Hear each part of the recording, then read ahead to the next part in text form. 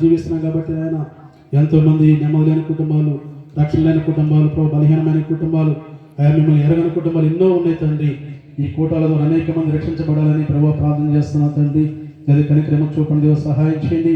ప్రతి ఒక్కరు దీన్ని తెరవచ్చి మనకు మీకే స్తోత్రం తెలియజేస్తాను. ఇప్పటి వరకు ప్రార్థన ద్వారా, పాటల ద్వారా, వాయిద్యాల ద్వారా మీ నామాన్ని కనపరచడానికి మీ పరిశుభ్రమైన పదవులు స్తోత్రాలు తెలియజేస్తున్నాం.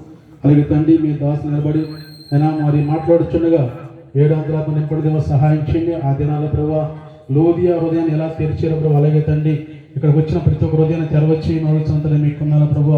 ఏ సమస్య వచ్చారో, ఎటువంటి బలహీనత వచ్చారో నాయన, ఎటువంటి కొరతతో వచ్చారో నాయన, ఎటువంటి ఇబ్బందులు వచ్చారో మీకు తెలుసు కాబట్టి నాయన, మీ దాసుల ద్వారా వాళ్ళ హృదయాల్లోకి మీరు మాట్లాడడానికి వచ్చి మీకున్నాను ప్రభు.